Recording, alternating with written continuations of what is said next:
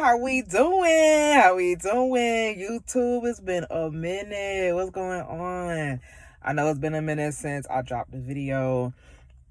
Let me tell you, it's a lot going on, okay? It's a lot going on, especially spiritually, okay? You know, this is a spiritual channel. This is about leveling up the spirit. But you also have to understand, as you're leveling up your spirit, you know that terminology, new level, new devil. You're going to be faced with all different kinds of challenges, whether it's in your physical realm, whether it's in your spiritual realm, and they are going to test you to see how much you actually leveled up and how much you really actually are really wanting and needing to continue to level up and ascend in your journey. So just be prepared for that and expect it, and just be ready to fight the good fight. Because I know for me, woo, the devil, as we like to call it, been trying me, baby. These spirits. But anyway, this video is going to be about, this video is going to be about radical authenticity. What is radical authenticity? It's being your full self, no matter what anybody thinks about it, no matter how anybody else wants you to be, how anybody else wants you to think, what anybody else wants you to do. It's doing you 100%. Let me tell you, that's not easy to do. We always talk about, oh, just be yourself, but we don't talk about how in this world, where we're in a world that's always constantly judging you, measuring you, comparing you to other people, telling you what your value is based off of whatever, that's not really easy to do in this world. And I know for me, I had to realize how easy it was not. But I'm finally at a point in my life where no matter what anybody thinks about how I decide to do things, how I think, how I operate, I'm going to do it. And I think with that, that's really what draws the people and the opportunities that are meant for you to you. So do you. And this time has definitely been testing me in that. It is. So I won't go into too much detail, but I'll give an example. I had a family member who just recently moved down, and they needed somewhere to stay for a little while they got on their feet, got a job, all of that. Now, the radical, authentic part of me does not do well with roommates and people living with me and everything. But at the same time, I understand what it's like to need assistance, to need help, to need somebody to back you up for a little bit while you get yourself together. So, you know, I'm realizing in life there's certain sacrifices with that had to be made in order to help other people.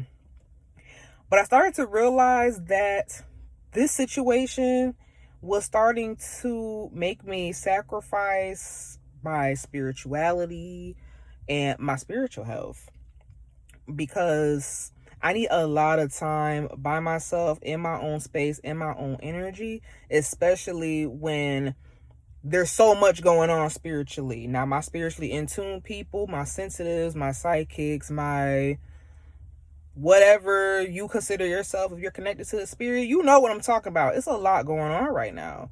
So in a situation where you're living with people, you are mixing your spirits, your personal spirit, your soul, you're mixing whatever spirit you're working with, all of that. So a lot of stuff that happens in our world as spiritual sensitives are not backed by any logic. It's just something you feel. There's just things that you sense, right? And at a certain point, the vibe was really off. Now, it wasn't this family member. It wasn't them specifically. But whatever was rocking with them, whatever was rolling with them, wasn't rocking and rolling with me. And it's in my house. Okay? So again, to my psychics, spiritual, sensitives, those in tune, you know when the energy around you is just not right. It's not right. So unfortunately, I had to ask this family member, like, hey, and they're spiritual as well. They have their own spiritual practices and beliefs and things. They're not exactly aligned with mine, but we kind of look at things similar in certain areas.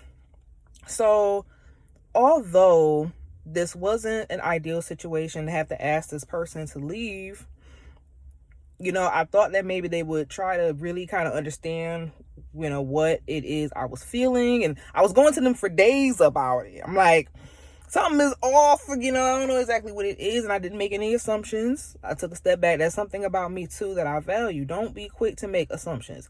Intuition is one thing, but sometimes our imagination is another. So sometimes with certain things, you have to take a step back. Like, hey, let me kind of decipher. So, unfortunately, I had to come to that decision for my spiritual health. And so far, it's been a lot better. It's been, of course, still stuff going on, but it's been a lot better. And with that, I had to learn the radical authenticities of boundary setting, even if it makes the other person uncomfortable, even if it inconveniences the other person. When it comes to you, again, sometimes you have to make sacrifices for other people. But when it comes to you, at the end of the day, you have to look out for you and your entire health. Your entire health.